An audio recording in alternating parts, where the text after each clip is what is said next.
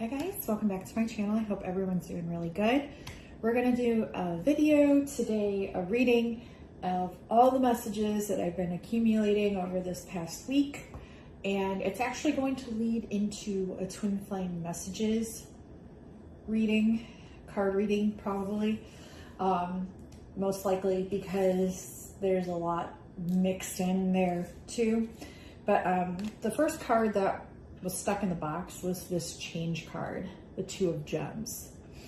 It's like a definite change coming in, a change of maybe perspectives or thoughts, things like that. I am going to pull one more card before we get started, and it is the Triumph card. Interesting. Okay, so Triumph with the Ace of Wings, air. Okay, could have to do with an air sign. I'm also getting some earth energy here, and another air energy, and imbalance, a focus on balance. A focus on balance is what I'm getting. Changes coming in. Okay, so there's a lot of messages here of things that I've accumulated, and they may seem sort of random. There are some connections, however, and I feel like if I don't film this video, it's just going to keep adding up and adding up and building up and building up until that click does come in, where the huge connect does come in, or any sort of connection does come in. And then I've forgotten all the messages that I've channeled up to this moment now, and which is why I'm filming this. So there was this ghost or spirit box messages. Missy McStein on TikTok, go follow her if you haven't already, but she asks messages to the ETs, to the aliens, and they answer back. And one of them was speaking about the Anunnaki in relations to humans, and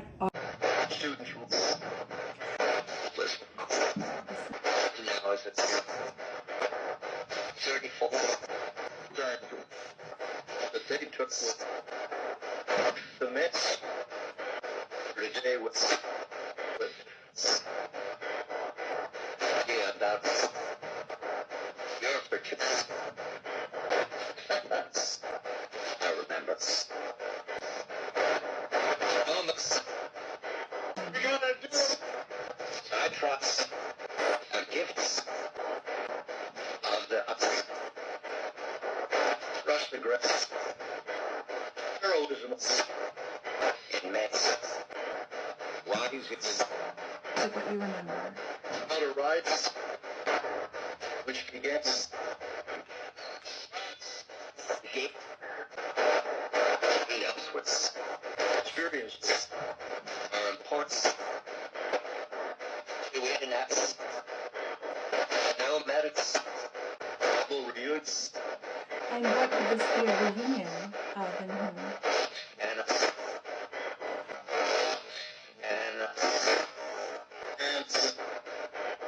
The word at the end was Anzu that came through. It was the last part of the message. A-N-Z-U. Where is it? Anzu.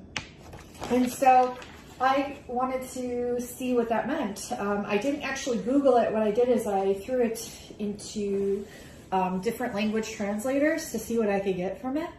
And then I'm actually going to try to see some other things too with this word. But this is what I got so far. So Anzu in German translated, there's like this German, I guess, root to the word. And then I moved into Bangla. Bangla is Anju with a J. In Belarusian it's Anju, A-N-J-O-U. And it's actually pronounced Anzu. In Chinese Simplified, it's Anzu as well. In Corsican, it means start. So Anzu means start.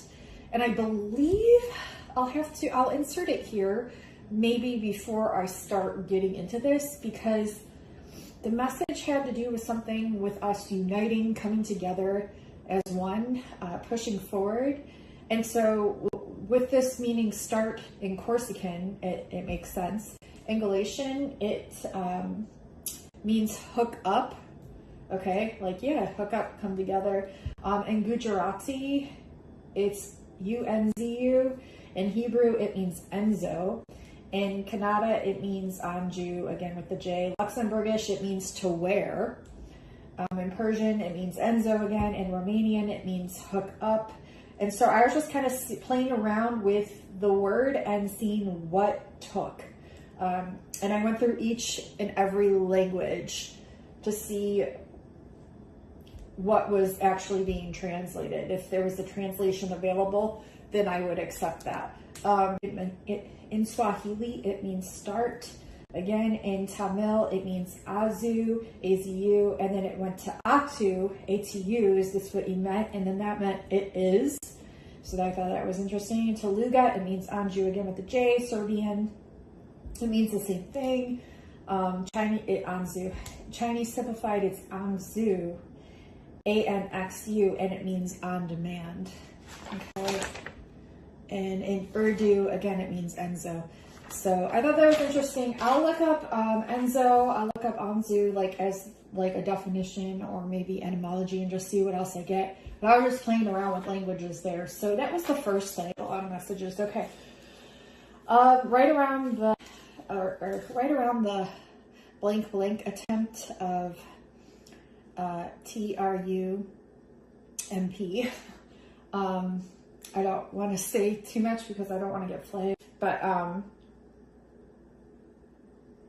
there's right around that time I was getting tons of Wizard of Oz references. Like everywhere I was looking, it was like Wizard of Oz, Wizard of Oz. It was popping up at readings. It was popping up in ads. It was popping up in commercials on the TV. It was popping up on everything. Wizard of Oz, Wizard of Oz.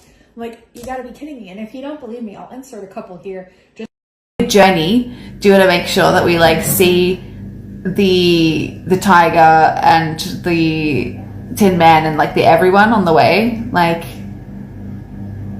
it's great. I can learn lessons from them, but it's not the Emerald City, that's for sure. Anyway. Do not act in haste, is what they're telling me.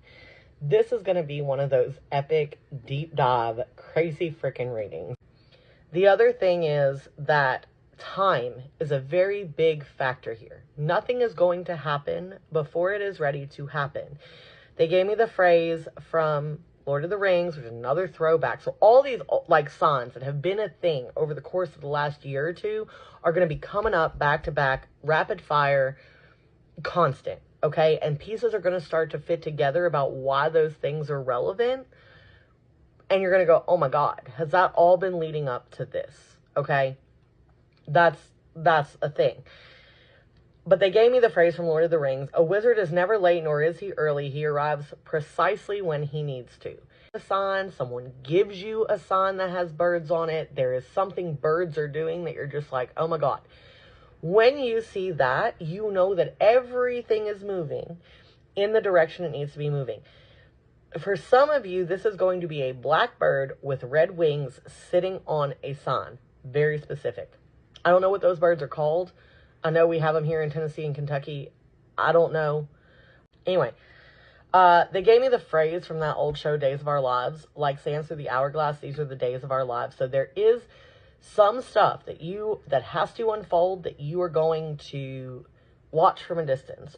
Okay, the Wizard of Oz is extremely relevant. Tornadoes might be relevant. Readings that mention those are relevant. To show you the synchronicities of it just kept coming about, people saying it in the most random ways on the most random times. And then I saw Oz in fridge on a box that was in the fridge. I saw OZ.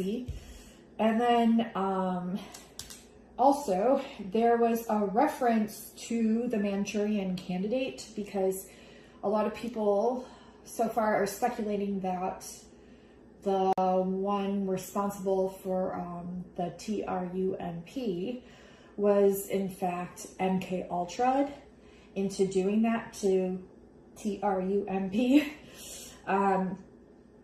So it was this referencing to the Manchurian Candidate movie, and then the man that's being, quote unquote brainwashed or mind controlled in that movie is always coerced into playing solitaire, and that's how they basically got him to do things through the trigger card, and the trigger card was, I believe, the Red Queen, and I think it was like the Queen of Diamonds or something, to get him to go about their ill will doings in a way that way afterwards enduring he wouldn't remember having done that.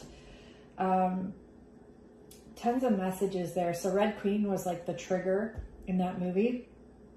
And Solitaire, the game Solitaire. So I was like, oh, okay. So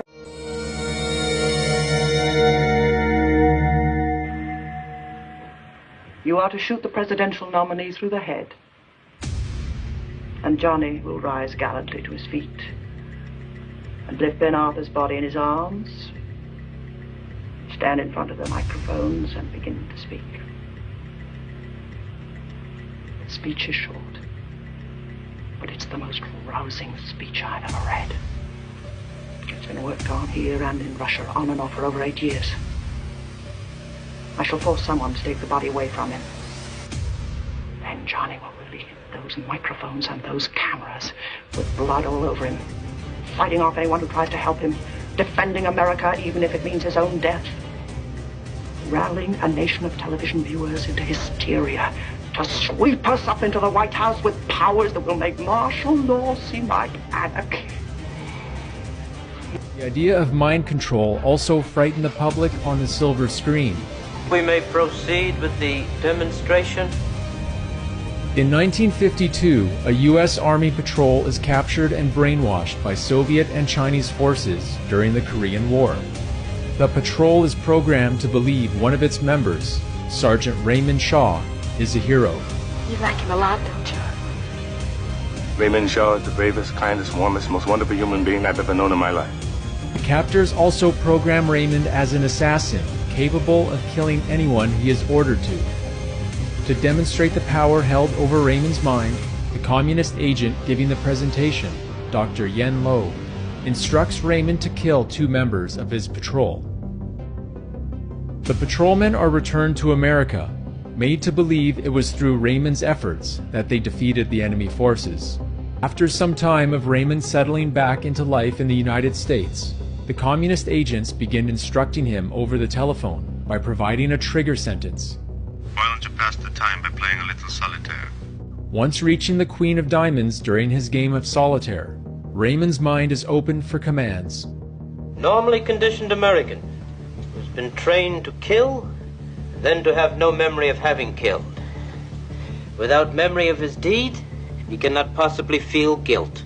The communist agents also discuss that Raymond will eventually be handed over to an American operator. But during the costume party, we find out Raymond's mother is the American operator working with the enemy. Why don't you pass the time by playing a little solitaire? Before Raymond receives his instructions, he gets a visit from Josie. The two quickly reconnect, run off, and get married. Eventually, Raymond's mother programs him to commit another murder, this time of Josie's father, Senator Thomas Jordan. Raymond also kills Josie. The death of Senator Jordan allows Raymond's stepfather to become nominee for Vice President of the United States. Raymond's final instructions from his mother are that he is to shoot the presidential nominee while giving a speech. This murder will allow Raymond's stepfather to move in and take the presidential nomination. Major Marco is unable to stop Raymond, but Raymond doesn't shoot the presidential nominee. Instead, he shoots his mother and stepfather. When Marco arrives in the room, Raymond says he had to stop them, then shoots himself. I served them. I fought for them. I'm on the point of winning for them the greatest foothold they will ever have in this country. And they paid me back by taking your soul away from you. I tell you, there's something phony going on. There's something phony about me, about Raymond Shaw, about the whole Medal of Honor business. One of the more memorable parts of the film is its portrayal of the brainwashing dream sequences. Major Marco's dream begins by showing that he and his patrolmen are attending a garden club meeting, which was programmed into their minds to cover the truth about where they are, in Manchuria, having their minds manipulated. The scene mixes elements of the fake garden club meeting with that of the actual brainwashing demonstration. Write that down. I was getting a lot of messages about Tamara messages, and messages about dark matter and plasma. There's a video by Dana Kipple. She references to the Golden Compass. And if you've been on my channel for a while, you know I've always been mentioning the Golden Compass and references to that, Mary Magdalene, etc. And so she, right before I saw this post of hers, I was uploading a video and there was an ad that said compass right before that. And it said, will help guide you home. I'm like, really? And I took a pic. I don't know if it caught on my camera, but I know I'll be able to find the ad either way. So I'll show you guys. That was another synchronicity. In that video where she's referencing to the Golden Compass series, she references to Mary Magdalene. Okay, here's where it gets really interesting. Lyra, who uses this althiometer and researches dust or plasma, meets Mary, who is studying dark matter. Her name is Mary Malone. So Mary is a physicist who is researching dark matter, which is the same thing as dust in Lyra's world. I literally have a theory that plasma is dark matter or dark energy. They're even saying now, let me show you. New theory, dark matter may not exist at all. Guess what? It's plasma. It does exist, but it's plasma. There's no such thing as dark matter, but there is dark plasma. Once again, this is for another deep dive, but this guy, J. Alfred, writes all about plasma and dark astrobiology and his theories on how dark matter is plasma. Trust me, I vibe with him. This guy's smart. He's from Singapore. Love him. Back to what I was saying. Good old Mary. So they also have this thing called daemons, which I've already talked about. It's literally your inner plasma. It's your inner self.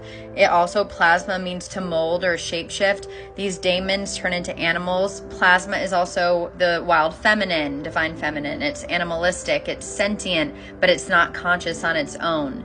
So that all connects, if that made any sense to you. Think of like as above, so below, where there's an outer plasma field and an inner plasma field inside of us.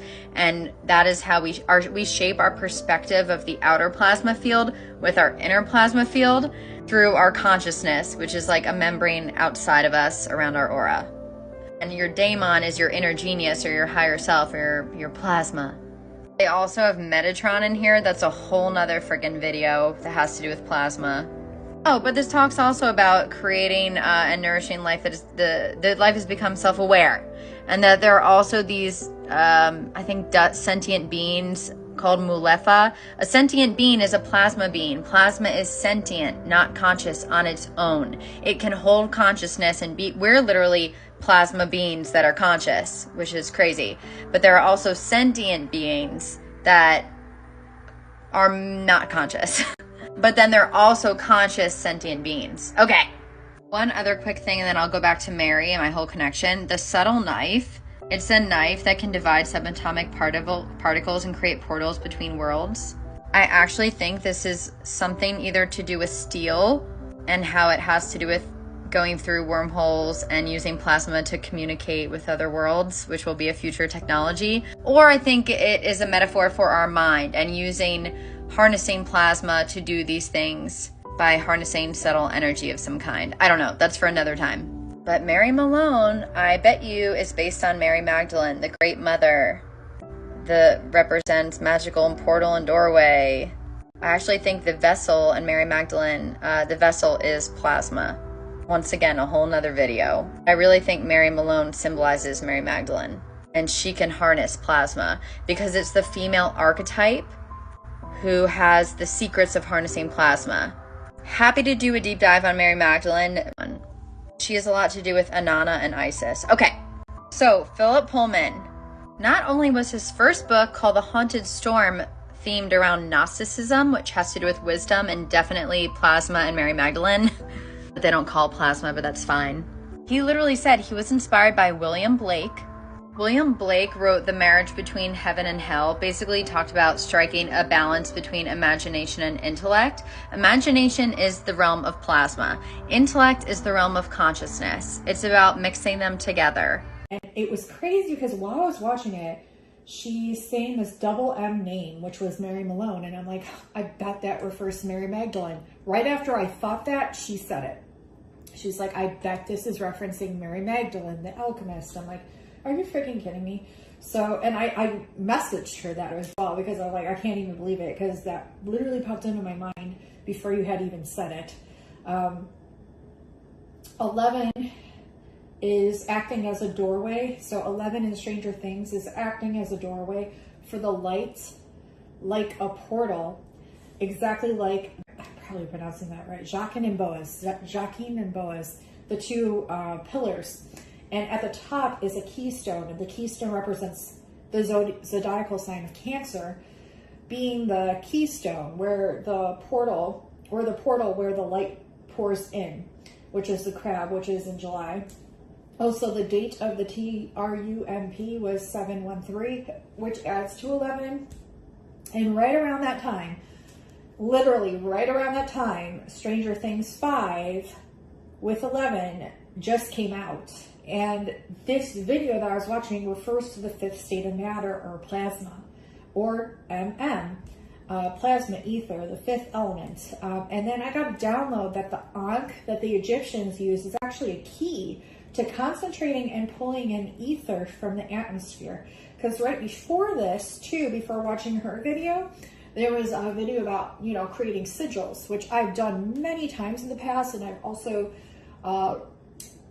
drawn some for you with your readings and things like that in the past. So when you when you make a sigil, after you make one, you're supposed to activate it. And when you activate it, you're literally pouring all your energy into that sigil, so that way you can utilize it moving forward. I got a download that the Ankh is a key that the Egyptians used, where they're concentrating and pulling ether from the atmosphere in to be able to hold it within and harness it within their vessels, their bodies, to reclaim power and electrical force and energy. So just as you would pour your intentions into something, with the Ankh, what you're doing is you're bringing energy from all around the ethers and plasma into your human form by holding this Ankh, this key, okay? So that was a download that I got.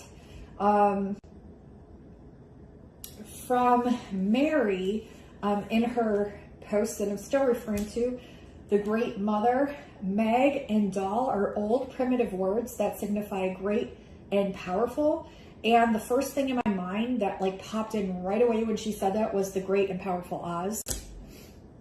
Literally, great, that's what they mean. Meg-Dal means great and powerful. Magdala means salted fish. Okay, so I'm thinking the fish people, Dorothy in the red shoes, and how they cut off our fins and then our feet were red, you know, to basically symbolize the hybridization of fish people into human origin, to cut us off from our Lemurian and Atlantean past and make us forget about it, or that was just an evolutionary process that was hindered and basically interjected into. And these are just downloads that I've gotten, okay? So I immediately thought of the title, The Great and Powerful Oz. So it means great, powerful, magical, and portal and doorway. And if you think about it, Dorothy, she's the door, she's the oath, and she's the key into the other world. And so that's what Magdalene literally means, or Magdal. It's the portal and the doorway. There's the Magdalene Mysteries by Seven and Ezra Bertrand. And that was interesting because they've gotten a lot of messages about the seven. The deer named Mitzi, William Blake wrote The Marriage Between Heaven and Hell. So literally like a portal between heaven and hell, but literally it's only a state of mind. It's only a state of mind. It's only a state of perception and of your consciousness. Then there was like 99 comments on that post. Immediately thought 99 red balloons.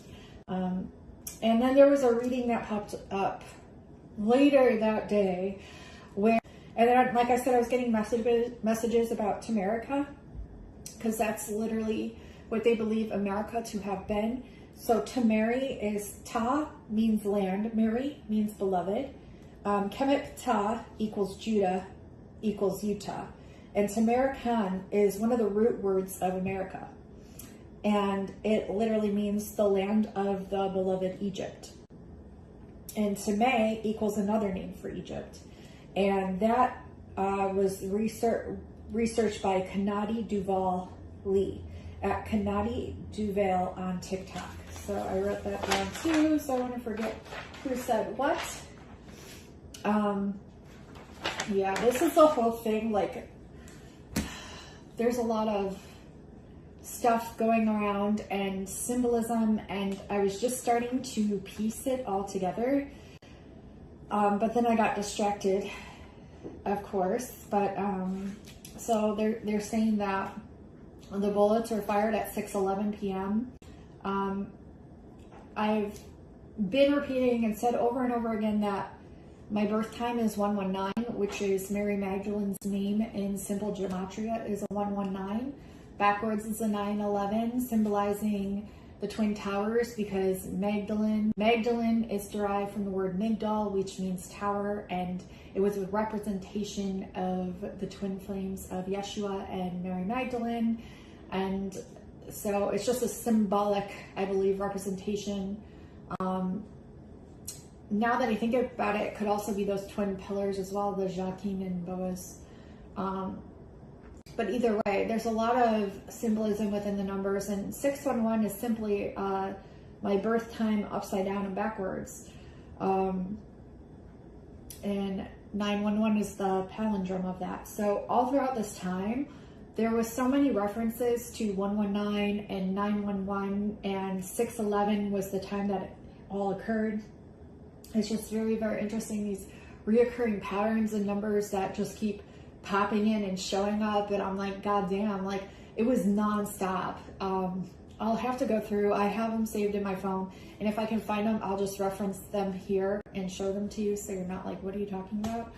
A lot of people pulled up Ephesians 6:11, and it means put on the armor of God so that you may be able to stand firm against the tactics of the devil, leading into verse 12.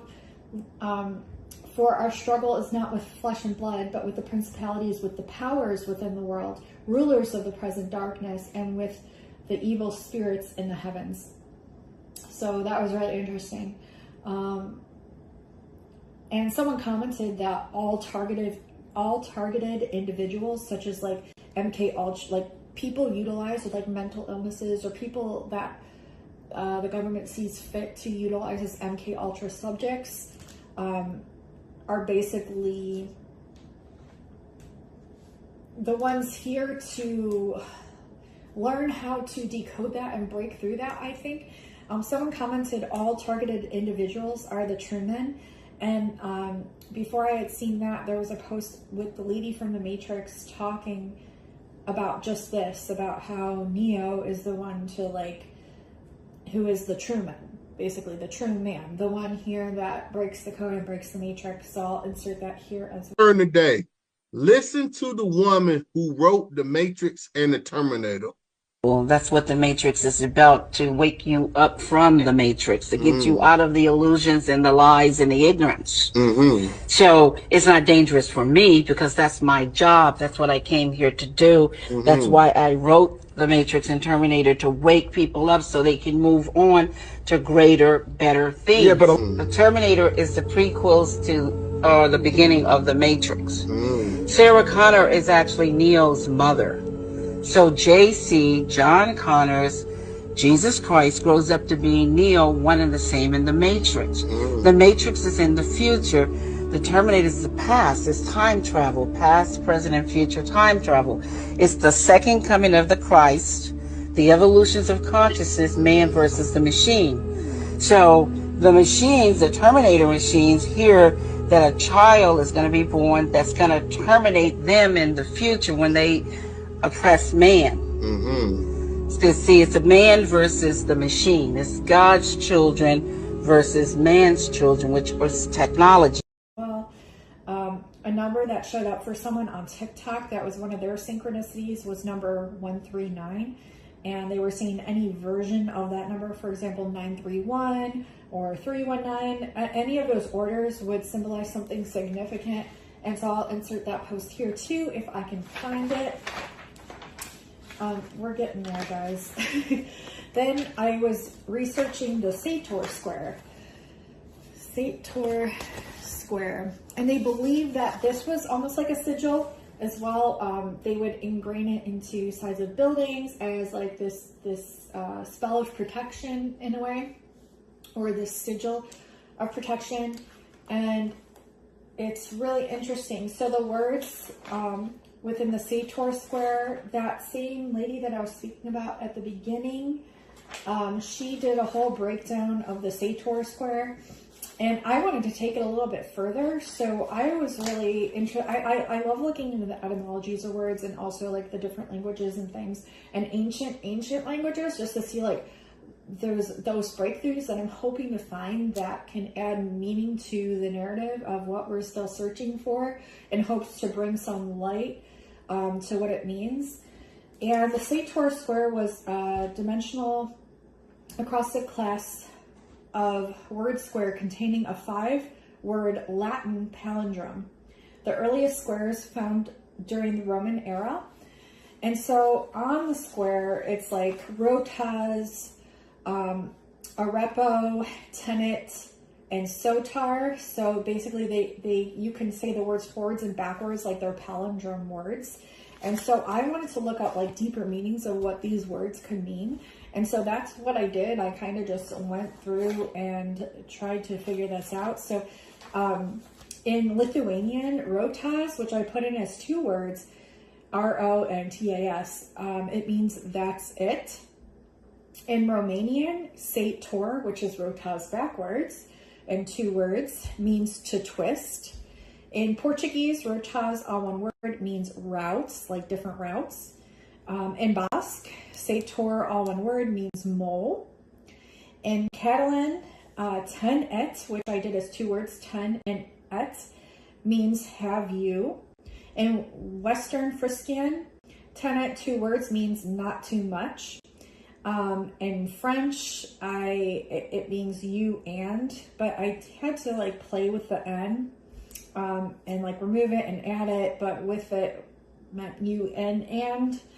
And Western Frisian, I did opera, but I broke it up into 3 words, op-ira, and it means on ra. In Javanese, arepo, all one word, means where are you? In Portuguese, ar epo, 2 words, means er ipo. Coptic translator, Baharik to English, potak means Ruth, because I put in rotas and it translated it to potak, and then I translated it further and it means Ruth. Rotas means watos. Sator means what is it. Rotas means zo, or rotas means 20. The number 20. And then, so I was playing around with the Coptic translator down here. Arepo in the Coptic translator in Baharik means before. Opera means pray. Op-ura, 2 words, means at the same time. Ar-po, 2 words, means yes. Ar-epo means the number 5, like the 5th state of matter or plasma, like she was referring to. Tenet means the same thing. Tenet, ten-et, when you break it up, means introduction. Ten-et can also mean 5, depending on how you spell it. So I did the first one T-E-N-E-T, and then the second one T-E-N space E-T.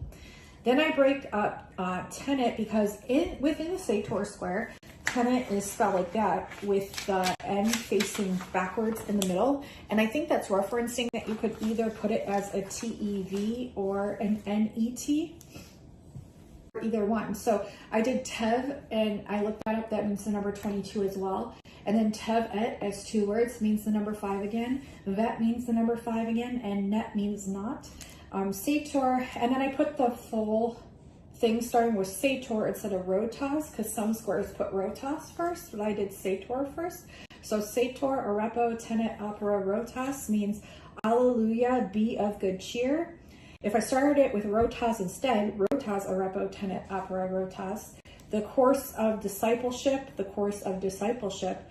and then I just did rotas, arepa, tenet, opera. That means the course is to work, and then I did it as rotas, arepa, tenet, opera, sator, instead of rotas twice in the second translation. and that means the course of action is complete. So it's kind of like when you do a spell, so mote it be. That's what it reminded me of. And then I changed Baher to Sahidic, translation in the Coptic translator, and it means a song of degrees. And that reminded me of Pythagoras, which reminded me of a post that I had recently seen referring to Pythagoras and the geometries translated into sound and what that means. So I will also insert that here. I want to show you another really interesting drawing from the 1500s, and then show you how it relates to some of the other graphs that I've shown you. Now this is a pretty amazing picture here. You see a lot going on here, but I'm going to start up at the top. You notice up at the top up here, there's a triangle with 21 rays coming out from around it. That represents the creator of the whole harmony of all creation. And then if you look closely, you'll see 9 different groups of angelic beings with wings and what have you. And then there's like music underneath them. And in the Renaissance times, they believed in 9 choirs of angels. And then there was these 2 holding up the banner going across there. And then as you go down, you're kind of going down a hierarchy. And you come to what the illustrator of this picture called being Apollo. And you'll see he has a harp in one hand, and the description of the picture says he's thrusting away this instrument. It's the instrument that was used by his opponent Marsyas.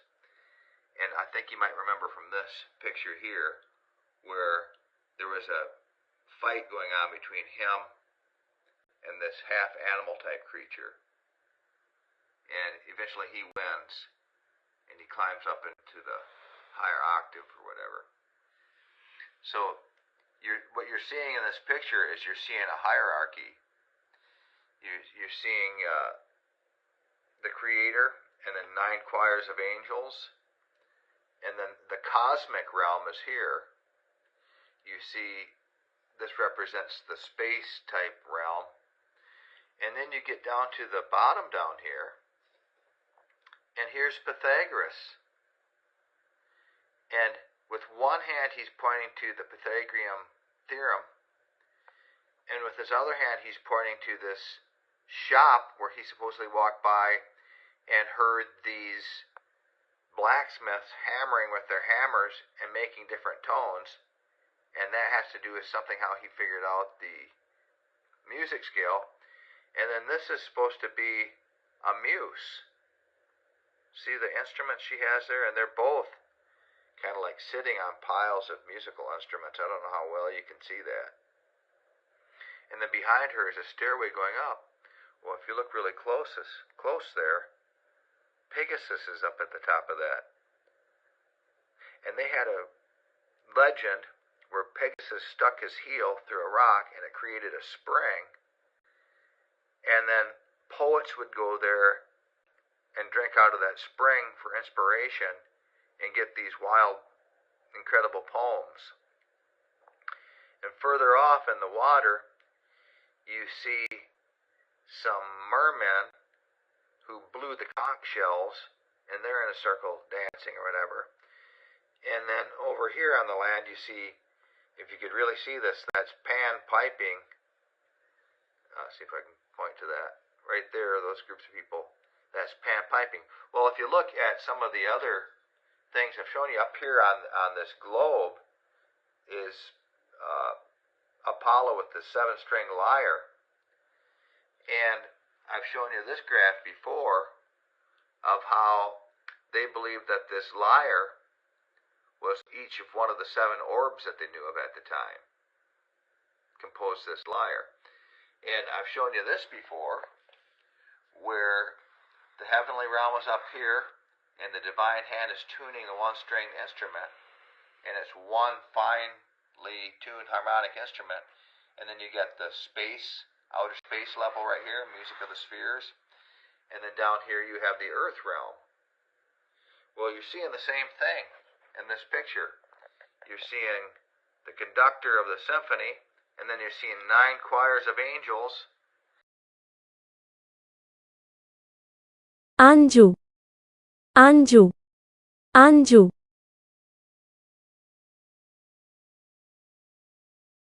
And then you're seeing this guy here with his harp on this globe, and then you're seeing the earthly realm down here, and everything, all these different things that transpired on the earth. And the same thing with the human body as a microcosm of the universe. You've got the heavenly realms up here, the outer space realms right here, see where the sun goes through, and then the earthly realms down here. And then the 2 legs being the foundation of the world. It's inert mass and the darkness. See how it's dark down here? So all of these things tie together. If you realize this and start looking at all of this different stuff, they went to great pains in making all these drawings and paintings and graphs and music systems to try to show us this idea, and it just blows me away that this just isn't taught right in the schools. I mean, as far as like history, how come most of us never knew anything about this? So I cover some of these things in the Starboard Quest book series, available through Amazon. You can go to iTunes and listen to the Starboard Quest soundtrack. You can go to YouTube and look for that emblem. That's the official YouTube channel. You can go to starboardquest.com. And then on TikTok, I tried with tomedes.com, Tomedes.com, their translations here. So I did Latin to see that, that's what it said on Google, is what the words basically looked and sounded like to me as well. So I entered Sator Arepo Tenet Opera Rotas. It means the Father holds the wheels of the Arep, A-R-E-P. And so the Father holds the wheels of the Arep. Then Rotas Arepa Tenet Opera Rotas means Arepo wheels holds work wheels. So Arepo wheels holds work wheels. And then Rota Arepo Tenet Opera Sator means Arepo wheels holds works Sator. And then still in Latin, I broke down Rotas, 2 words again, R-O space T-A-S, that means row you. A rep still meant a rep. I was trying to figure out what that actually meant. It might be a person, if I'm remembering right, when someone was translating the Sator square, but I still want to look into that as well. Tenet, as one word, means he holds. Tevet, again, breaking down, means vet you. Tenet, 2 words, means you don't know. And tenet means ten and. I also was channeling, I was getting really crazy Latin words that I don't even know, but they were just coming through when I was tapping into this translator. I got the word Satorium, which means the restaurant, and I got a bunch of different words, I think 5 more than what I even wrote down here. But Satorium means the restaurant. Satorium unas means a restaurant together. Satorium unas quiguilla means I'm going to grind one of them. And Satorium unas triguilo cri means one of the threshing floors. And I'll insert these as I talk about them because I think it's referring to maybe a tectonic plate or something to do with maybe the earth shifting. I also channeled Sanctorium unas triguilla cri trimester, one of the 3 quarters of the quarter. Sanctorium unas triguilla cri trimester tridestar means at the end of the 3 trimesters, one of the 3.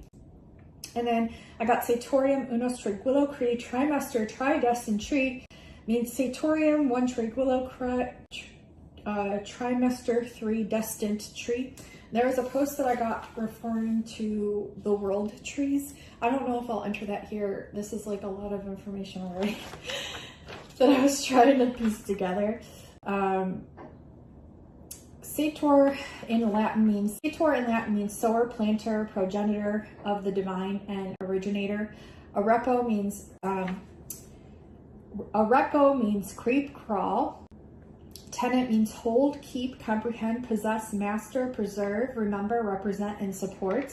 And opera in Latin means work, care, aid, service, effort, trouble, pay attention to, equals said pay attention to, same time writing this on Kenzie's show. Oh yeah, so while I was writing this down, it says the meaning, one of the meanings of opera is pay attention to, and on Kenzie's show, it literally said pay attention at the same time that I was writing it down. So I was like, what?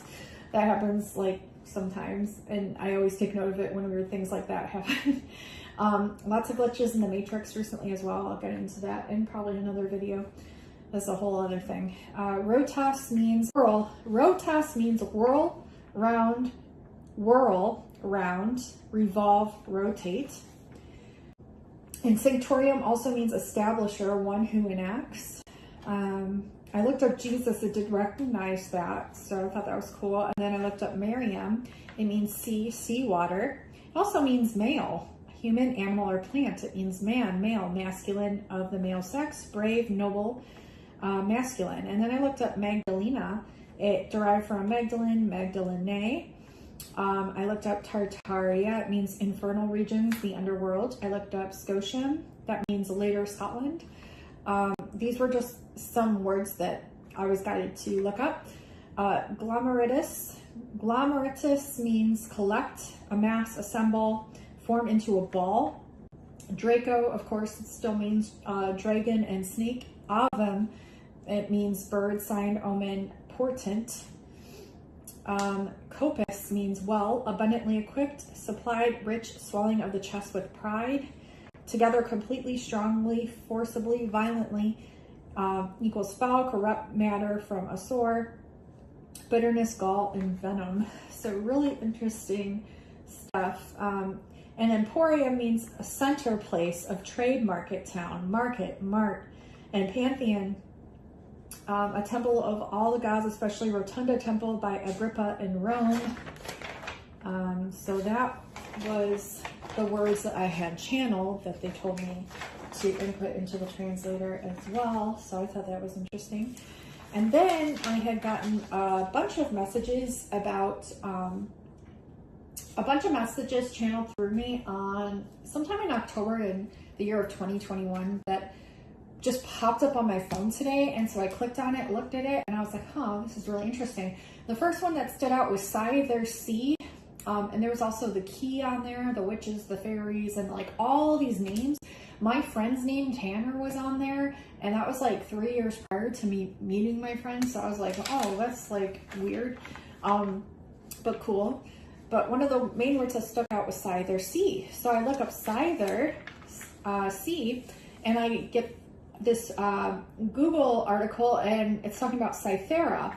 And Cythera, when I looked up what Scyther Sea meant, it said Cythera is an island of southern Greece in the Mediterranean Sea, south of the Peloponnesus, southernmost of the Ionian Islands.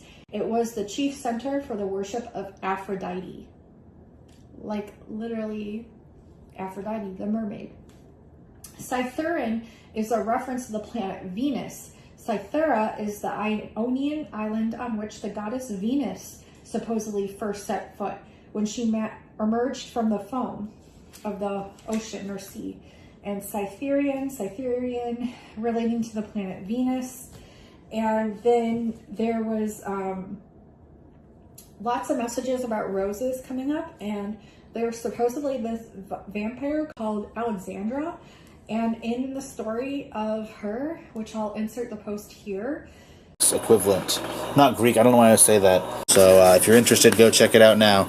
Somebody wanted to see Alexandra again, the only benevolent vampire I have any report of, the vampire that hunted her own kind. Most vampires always look human. Thank you, Alejandro, I hope you like it. Most vampires have always looked human. Or the vampire that hunted her own kind, purposely turned by her hunter master, as to be able to stand against even the oldest of the creatures. Named Alexandra, my first sources about her were the writings of my ancestor Harold Oldry Jr. With help I learned more from Hereford Cathedral Library, where hidden books with details remain chained in place to this day. She was something of an urban legend among the sons of man at the time. I at first believed her association with my family was due only to their work as hunters, and history with an occult crusader turned vampire Lord Alpha, who at least 3 Oldrys contended with. But learning more from interactions with her contemporary allies, I've found the connection precedes Harold Jr. by decades, when Alexandra spent a brief time as a prisoner in the Sons of Man dungeon, St. George's Keep. Some believed Reinhold Oldry, a previous ancestor, set her free upon realizing the truth of her reputation. She continued her work, and I now know she monitored Reinhold's son Harold from time to time, a habit she seems to have never broken, as she has now been in indirect contact with me as well, giving me much needed assistance in handling our shared enemies that exist to this day. How did she become the most prolific hunter of her own kind? The answer goes back long before she was turned. As a young girl, her family was viciously attacked by a pack of rabid vampires. Her life was narrowly saved by the arrival of a genius hunter named Vincent, considered the great specialist among hunters of the day. He and his contemporaries held fading confidence in the deteriorating Sons of Men order, which was far from its glory days, and held fewer and fewer paladins. Vincent's faith had never been strongly in the church, rather the weaponry he could trust in his own hands. Later in life he hatched a plan to ensure mankind's ability to combat even the most powerful vampires. He took in the orphaned Alexandra, trained her to expert level in the use of every type of weapon known to man. Everything centuries of hunters had learned about vampires and their weaknesses, but most importantly, involved her in years of relief work with the many victims the creatures left in their wake, exposing her to the unquestionable truth of their horror, instilling a profound, immovable hatred for the beings that cared so little for any others. The final step in making her the ultimate vampire hunting weapon came without her consent, when Vincent purposefully infected her with the very curse herself. It was, however, a complete success. In her immortal, superpowered state, her conviction held, making her the most formidable vampire hunter of all time. Alexandra's transition into a vampire was especially traumatic, awakening chained to a wall, with no memory and a monstrous bloodlust. She survived those first few nights with blood-filled medical bottles delivered every dusk. Soon her memory began to return. At first just the creatures she had hunted, eventually even her turning by Vincent's hand. She would soon gain the strength to break her chains and find her way back to Vincent's manor, where she found only a large stack of dossiers, with details on numerous, increasingly powerful vampire targets, including some of the few remaining primevals, and most importantly, a magical rose in possession of an elder vampire, a rose that dripped with human blood, giving her the means to live on without taking human life, a tool more important to her hunt than any weapon. Years later she would be held prisoner for a short time in the Sons of Man dungeon, St. George's Keep, where this photo was taken, and she would first encounter the Oldry family, being set free by the paladin Reinhold. His grandson, Harold Jr., would go on to be her greatest ally, and convinced her to chronicle her tale in books that remain hidden in Hereford Cathedral Library. He also entrusted her with the Oldry family bestiary. She continues her work to this day. Easily the topic I receive the most questions about. You want her on video, a phone interview, any kind of direct interaction. But you have to remember, Alexandra is a vampire. She has no interest in internet fame, only a singular drive to the obsessions of her soul. Given the history with my family stretching back to St. George's Keep, many wonder why she doesn't give a more direct hand in my current predicaments. As another past Oldry ally seems to, the spirit of Bridget, the 19th century Celtic which connected to the Fae. Alexandra, in truth, is a vampire like any other, lost in the tragedies of her life, and able to move on from the primal drives instigated by them. It's just that for her, those drives are to hunt down her kind and save people from them. She requires human blood just as they do, turning into a mindless savage monster without it. Her hunter master planned well in her acquisition of the magical bleeding rose, for without the sustenance of this enchanted plant and an instilled need to end vampiric life, she would be a megalomaniac horror unto mankind, just like any of her countless brethren. Though whether she avoids other pitfalls of the curse, I cannot say. She's they're talking about how she was actually on the human side. So she was, yes, in fact, a vampire, but she was hunting her own kind to keep them from hurting humans. And the way she stayed satiated, she was gifted this rose that had this cycles of basically blood or whatever she needed to thrive off of. That was like an everlasting rose, basically. And then it's so weird because literally like 3 days after this, the song popped up, which is called Kissed from a Rose by Seal.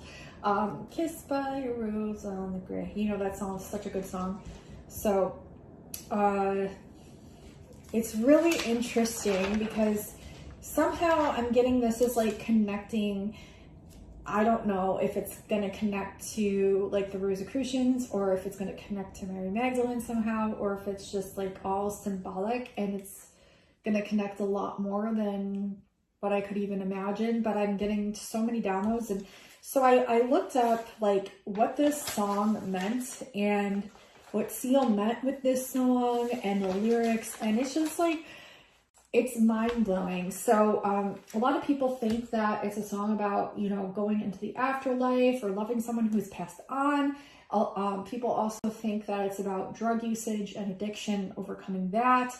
People think it's also about rising above duality by becoming gray, where you merge the light and the dark.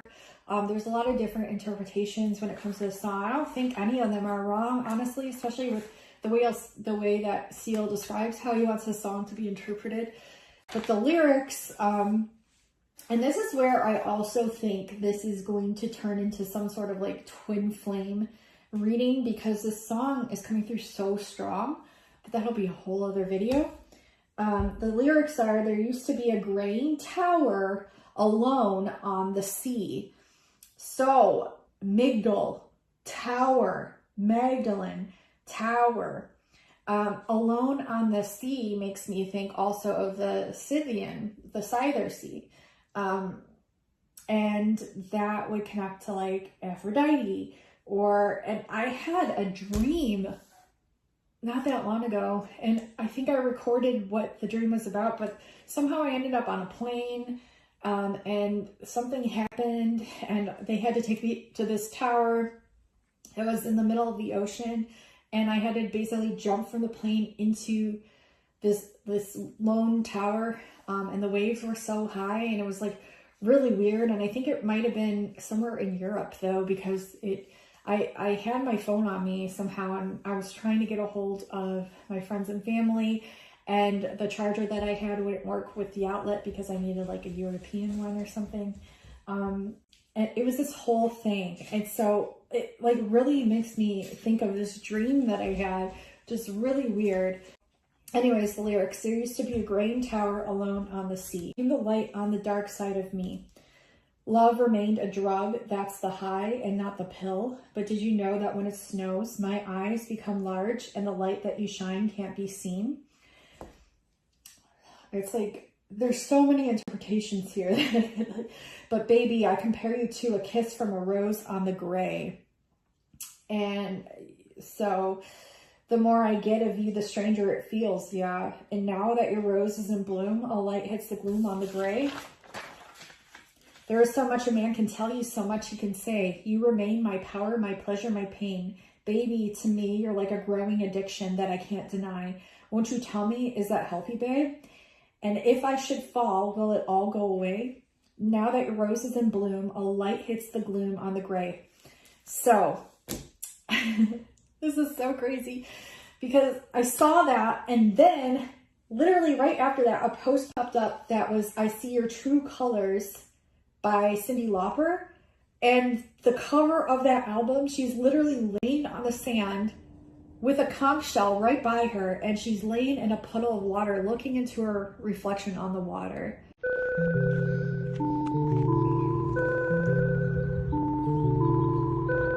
On the beach. Another reference to like Aphrodite.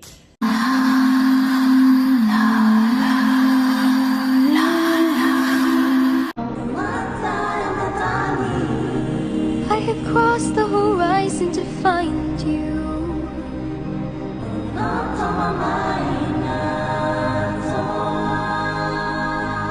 I know your name. They have stolen my heart from inside you.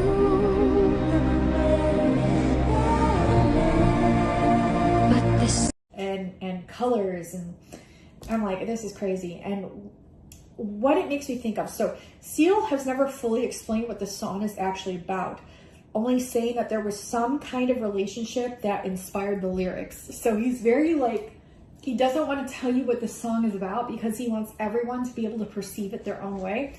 And so instead of printed lyrics, Seal wrote a speech about the subject that went with the album. And he said, I think it's the general vibe of what I'm saying that is important, that the exact literal translation, the song is always larger in the listener's mind because with it, they attach imagery, which is relative to their own personal experience. So it is your perception of what I'm saying rather than what I actually say that is the key.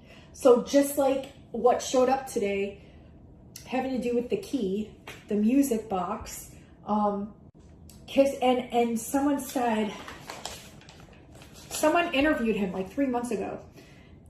This guy that I love to watch on YouTube because he's awesome. He's just really cool. So anyways, I watched that because I want to see if there was anything else further that he said on it. And he said that a lot of people think it says kissed by a rose on the grave. He's like, well, what do you hear when I sing it? And what do you think I meant? And then when people say, well, I think I heard that, he says, well, then it meant that. And then people will say, well, I heard kissed by the rose on the grave. He's like, well, then it meant that. And what do you think that means? So he's basically allowing everyone to feel into the symbolism of what that means for them and their imaginations of what the meanings they are, their own personal meanings and perceptions to that. And a lot of people think it had to do with him coming across a woman or an angel that has come to kiss him. He was kissed by the rose on the grave, and it really made me think of Alexandra the vampire and her rose.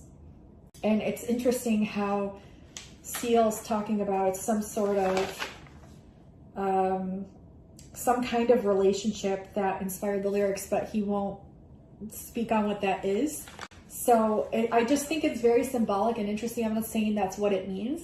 I'm just saying that's my own personal, what I'm getting right here in this time frame now.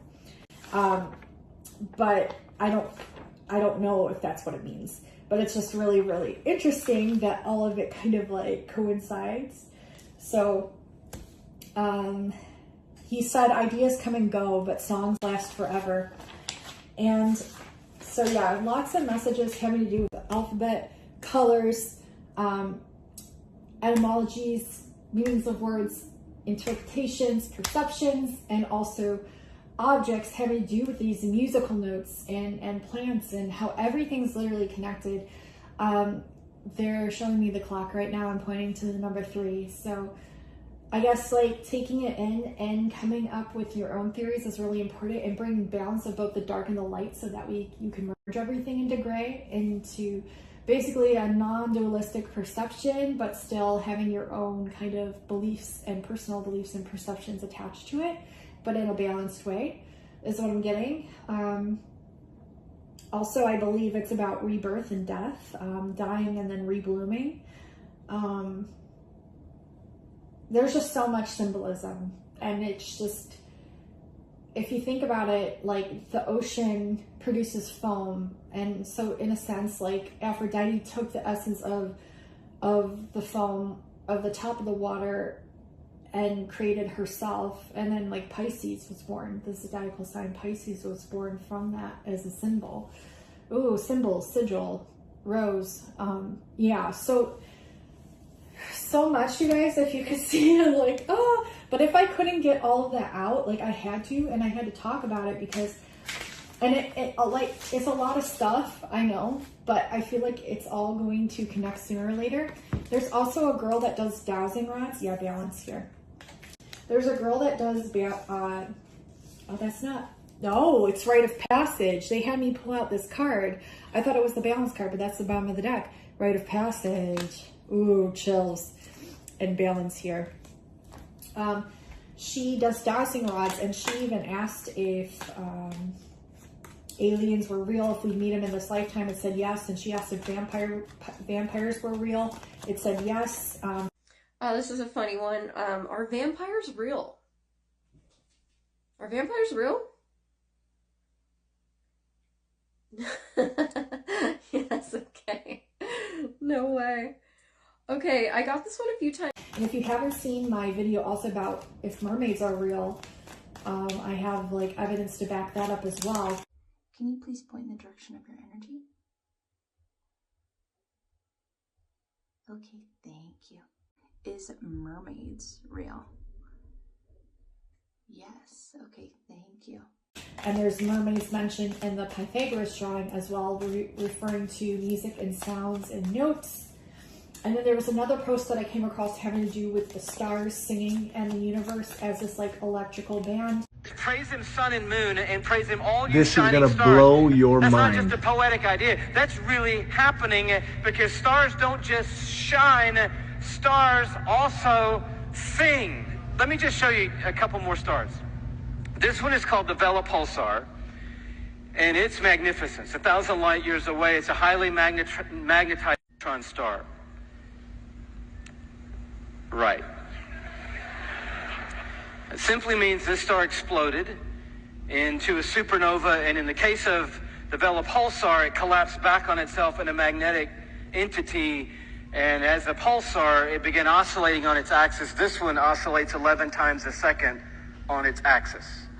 And as it is oscillating, you can see what's happening. It's shooting a radio frequency out of itself. When they aimed the radio telescopes at the Vela Pulsar, this is what they heard. And this is what this guy does 24/7, day and night, 365 days a year. This is what, from 1,000 light years away, the Vela Pulsar sounds like right now. This is it. Listen to this.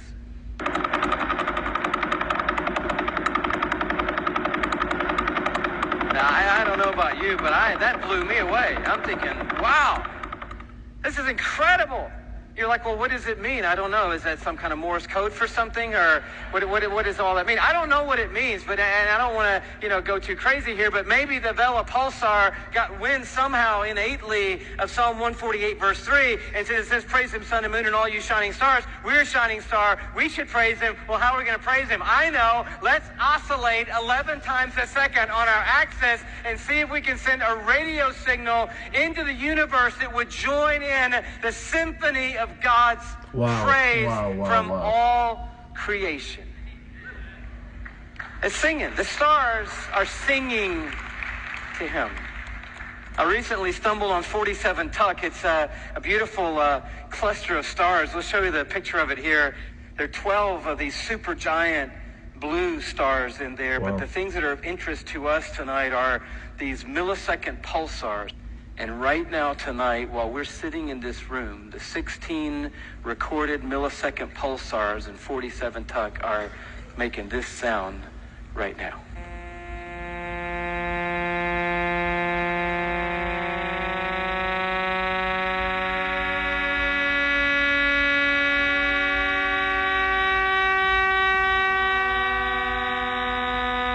That was a little edgy.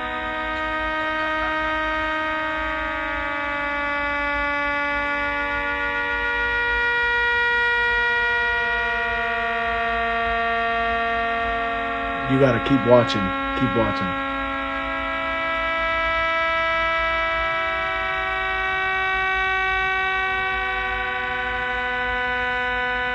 beautiful?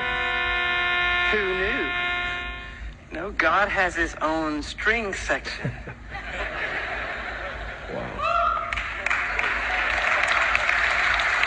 He's, isn't that beautiful?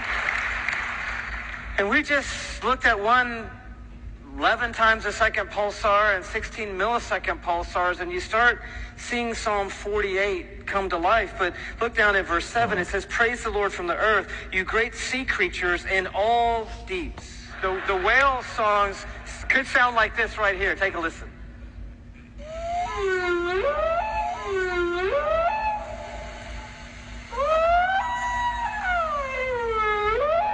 We don't know the expanse of the worship that is continually surrounding the throne of God. And our songs are great, but God isn't banking on our songs because he is surrounded by a symphony that's bigger than our wildest dreams tonight. Stars sing and whales sing and the birds fly. And I just tried to imagine what would it sound like if you could just for a second be God and hear what he hears. And I can't get us there tonight, but I came close. I had a friend who helped me with this little iPad program, and I'm not a DJ, but I just a little thing, just quickly, and I want you to see how this works. Now, this guy, we didn't look at his picture. He's PSR BO329-54.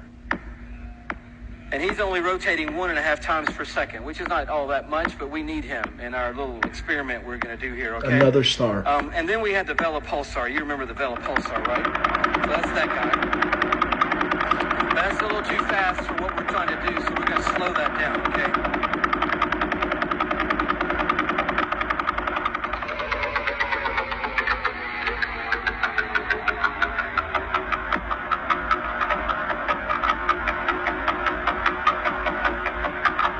And so we're going to put the millisecond guys in there. The ones you just heard, here they come.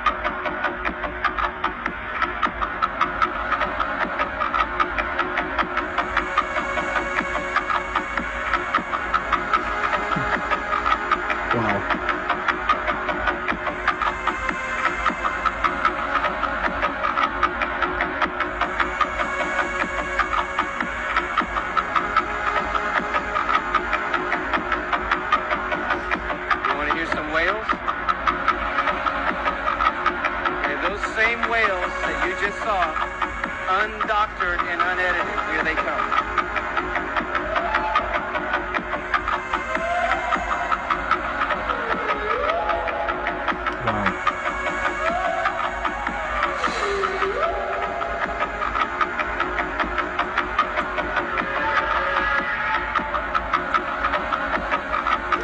He's got 2 pulsars, and then 16 others and some whales, and we got something going. But I was asking what you're asking because some people need it really clear. Like, what are they singing? And we tried this, and you just got to know this is unedited. We just dropped this on, and this is what happened. This is what they might be singing.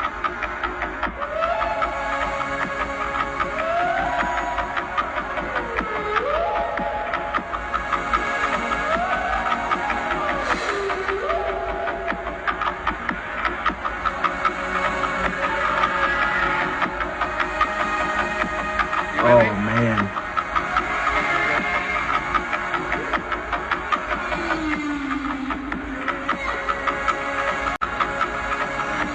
Just one more time. Just you and the whales. Just you and the whales.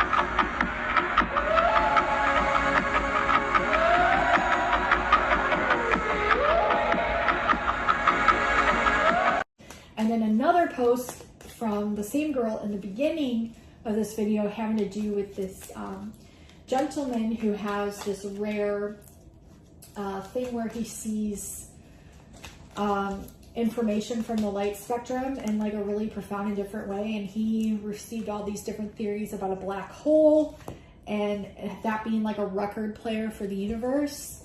Okay, this is my friend Jason Padgett, and he's one of 40 people in the world with acquired savant syndrome. And I'm going to tell you about a revolutionary theory he has about black holes. First, I'm sure you want to know how this happened to him.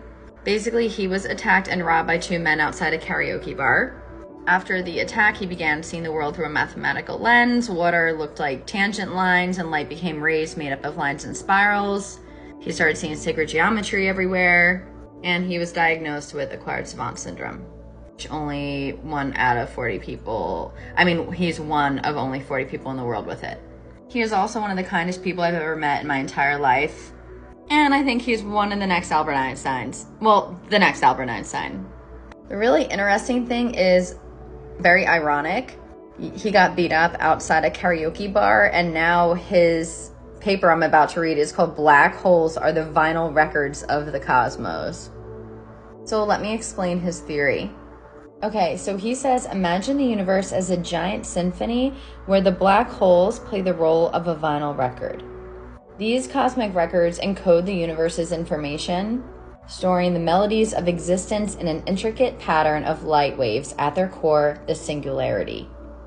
At the heart of every black hole, like picture it going down, lies a singularity. It is a point where mass converts to light waves through a dance of destructive and constructive interference patterns. The patterns are like grooves on a vinyl record. Each one represents a different note in the cosmic symphony. So now there's the holographic screen outside of it, which I call the plasma field. You could call it the matrix, or the Akashic realm, or a zero-point energy field, whatever. The universe, space. He calls it the holographic screen that's surrounding the singularity. It's a two-dimensional surface where the information from the singularity is projected. In my mind, basically, plasma is projected out of this black hole onto the field, or consciousness. Either one, I'm not sure actually. So the screen acts like the surface of the vinyl record, but instead of physical grooves, it has the interference patterns of light waves that encode the universe's history, Akashic field. So the light needle, he calls it Hawking radiation. So Hawking radiation is the theoretical thermal black body radiation released outside of the black hole's event horizon.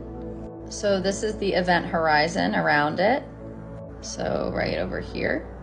So my theory, by the way, is that Hawking radiation is a type of plasma because it is not an electromagnetic radiation. That once inside the event horizon, electromagnetic radiation, it cannot escape. This black body radiation, Hawking radiation, escapes. I think it's plasma or something to do with consciousness. I don't know which one. They're different. At the core, it's the same, but it's different. Sorry, back to Jason. So the Hawking radiation, the stream of particles emitted from the edge of the black hole, acts like a stylus or a light needle. It reads the information encoded in the interference patterns just like the grooves on a vinyl record to produce music. Universe is literally playing a symphony. This radiation is entangled with the singularity, which picture it is kind of in the hole, and the holographic screen. So it's entangled with the singularity and the holographic screen, making sure the information is faithfully projected into our observable universe. Almost like it's being weaved, or music being played, or plasma being projected onto the plasma screen. The cosmic projection. As the singularity's information is read by Hawking radiation, it gets projected onto our holographic screen, creating the universe we see. Literally think of like a movie projector and a screen. The movie projector is playing the history of the cosmos frame by frame for us to observe and experience. And I would say experience and evolve using this by what we see, by our perspective, by using our consciousness, interacting with this plasma field or this Hawking radiation to evolve and experience life. The symphony of the multiverses. He says the singularity doesn't just hold the information of our universe, it contains all possible configurations of every universe in existence. When these configurations are projected onto the holographic screen, they represent the sum of all possible histories, much like how different paths in a Feynman diagram contribute to the final outcome in quantum mechanics. And just so you know, a Feynman diagram is a representation of quantum field theory processes in terms of particle interactions, so subatomic particles like a proton or electron. Basically, if you view our universe as a holographic universe with infinite possibilities, like Jason says, they could come together in a multitude of ways to make any reality happen. So then he says, the sum of these histories gives rise to the overall wave function that describes our universe, predicting the probabilities of events in the grand cosmic play. He goes on to say, interconnected artistry. He says, the beautiful and profound story of the cosmos reveals that we are both the art and the artist, the painter and the masterpiece, the projector and the projected. Everything is interconnected through entanglement, where each thing affects the other in a mutual dance of energy and information. I call energy plasma, and I call information consciousness. So basically, everything he says goes along with what I think, which I think our consciousness is in a constant feedback loop with plasma or energy, which is evolving us and helping us experience life. He says this makes us integral parts of the cosmic symphony, influencing and being influenced by the universal melody, which I literally call plasma, which he calls Hawking radiation. I think it's a type of plasma. But it literally connects, like it all connects. In his conclusion, he says, in this grand narrative, black holes act as vinyl records, encoding and projecting a symphony of existence through light and quantum entanglement. Our consciousness and how plasma turns into other states of matter. The singularity holds the melodies, the holographic screen / plasma screen, which is my idea, not his. You could literally call it anything you want, though. It projects the cosmic movie, and Hawking radiation serves as the medium through which this information is read and interpreted. Guys, it's plasma. This tale of the universe not only unifies the concepts of quantum mechanics and general relativity, but also provides us with a deeper understanding of the informational dynamics that govern the very fabric of reality. Through this lens, we see that we are a part of the cosmic dance, eternally connected and creatively intertwined with the universe itself. I have always said, we are creating the universe with our consciousness and plasma as it's creating us. There's this plasma field, and then we have plasma inside of us. I know they're two different plasmas, but they're actually not. Our consciousness, our conscious perspective, our unique perspective, makes calculations based on what we're seeing out here, and then feeds it back in here, and then we make choices and it feeds back out there, and then things happen to us in here. Like, you always wonder why you go through the same kind of lessons over and over until you learn them. Like, this is a spiritual cosmic order. There's an intelligence to this beyond us. This is only the start of, oh God, so much. I mean, people have known about this in mythology forever. But what he is proving here, and what I have said, which is the same thing, I just don't say it as smart as he does, he can put it into like mathematical and science terms, where I just talk about it in like metaphysical and mythological and psychological terms. But basically, we affect the universe and it affects us. The universe is a dance between surrender and control, between the creator and the creating.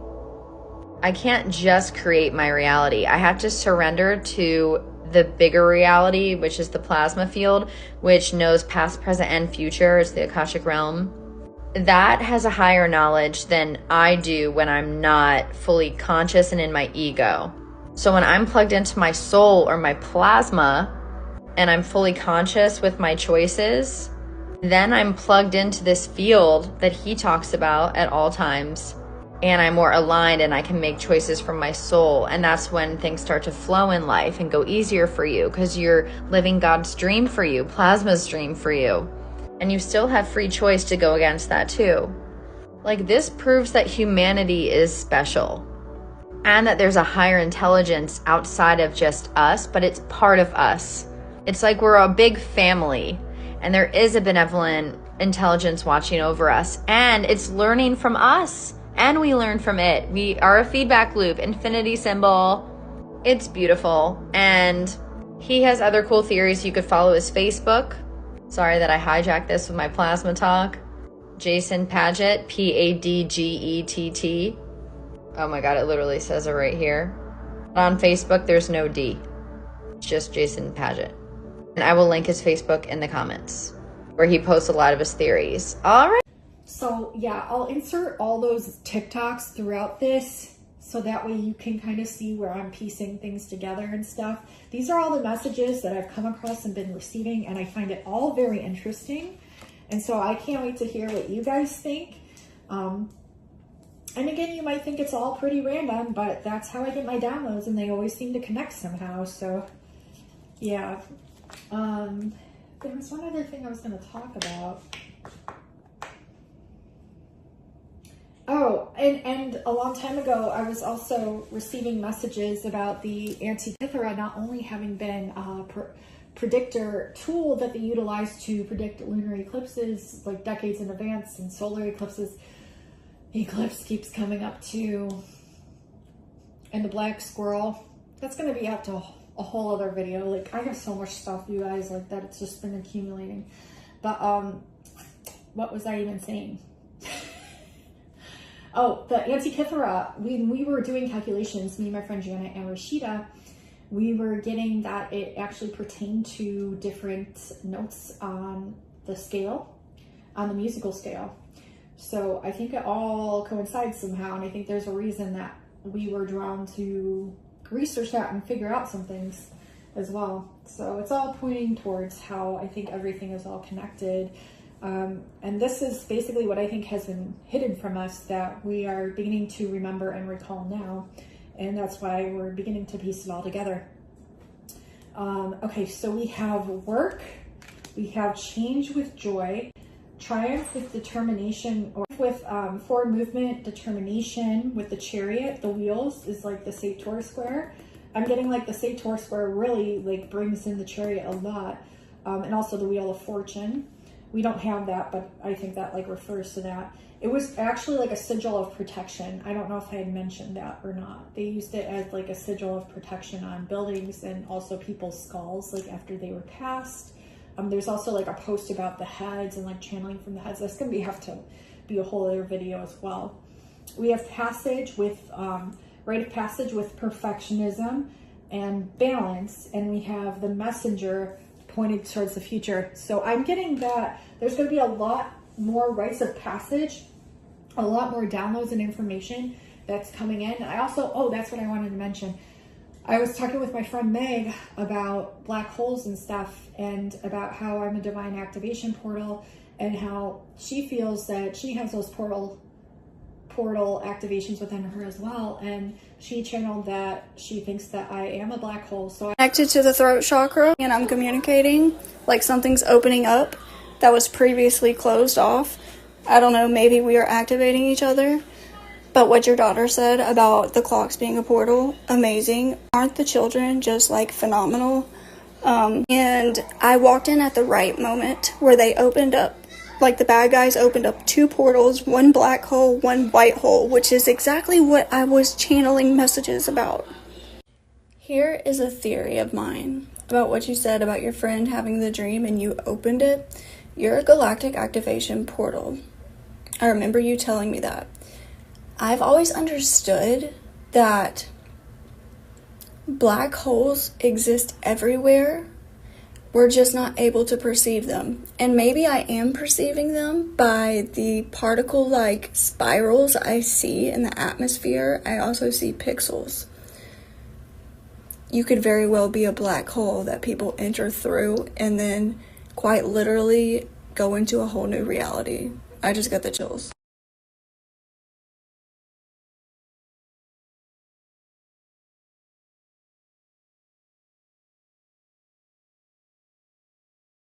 I thought that was really interesting. And what's on the other side of the black hole would be the white. It's literally like an eclipse. It's literally like a yin-yang sign. It's literally the zodiacal sign of Pisces, if you think about it, is the yin-yang sign, which would be Aphrodite as well. It all connects, like the light and the dark, and the dark and the light merging into gray when it's unified.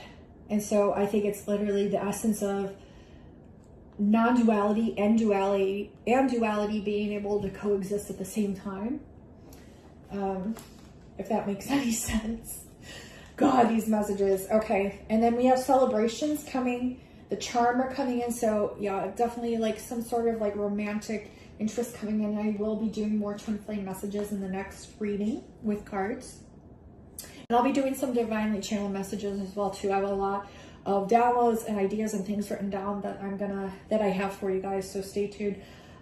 There's gonna be a lot more coming too. I think when it comes to like the vampire and the mermaid stuff, downloads, and also a lot of alien download stuff as well. So it's interesting. We have the muse and the visionary, and that's literally in the Pythagoras post, is like the muse and Orpheus, is that his name? I can't think of it, but it was in my Lyra video. The lyre, Orpheus, I believe is his name. And the muse is in that post. We have union as well. Yeah, so there's a lot of dots here when it comes to like your ingenuity, your muses, and your visualizations, maybe what you're receiving.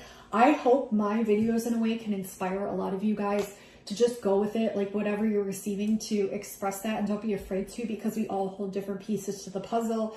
And what I'm saying might activate something or a memory in you, or just like a reference to something that maybe you know more about than I even do. So I hope it inspires you to not be afraid to share your downloads and connect things as well, even if you don't have the full connection yet, because in a way it's already here.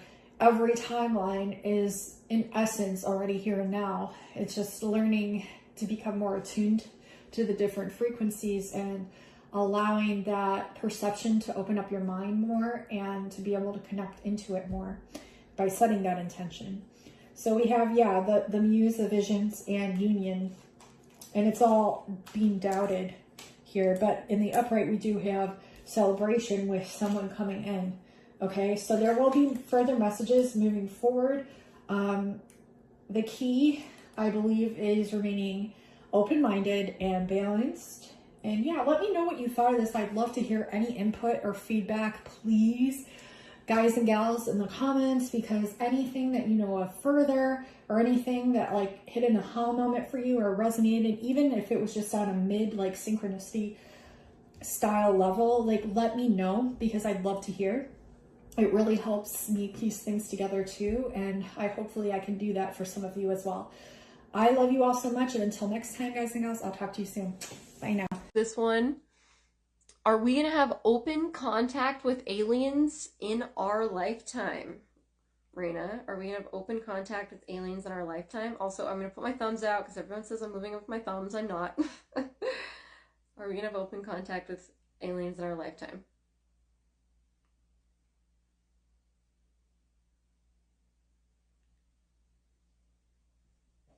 Yes. All right. Awesome. Thank you, Raina. Amazing. Okay. Is there a secret space program that has bases on the moon and Mars?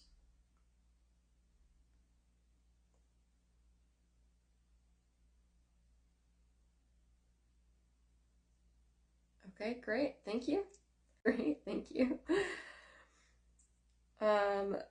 Are there aliens currently living amongst us on Earth right now? Are there aliens currently living amongst us? Yes. Okay, big yes. All right, thanks.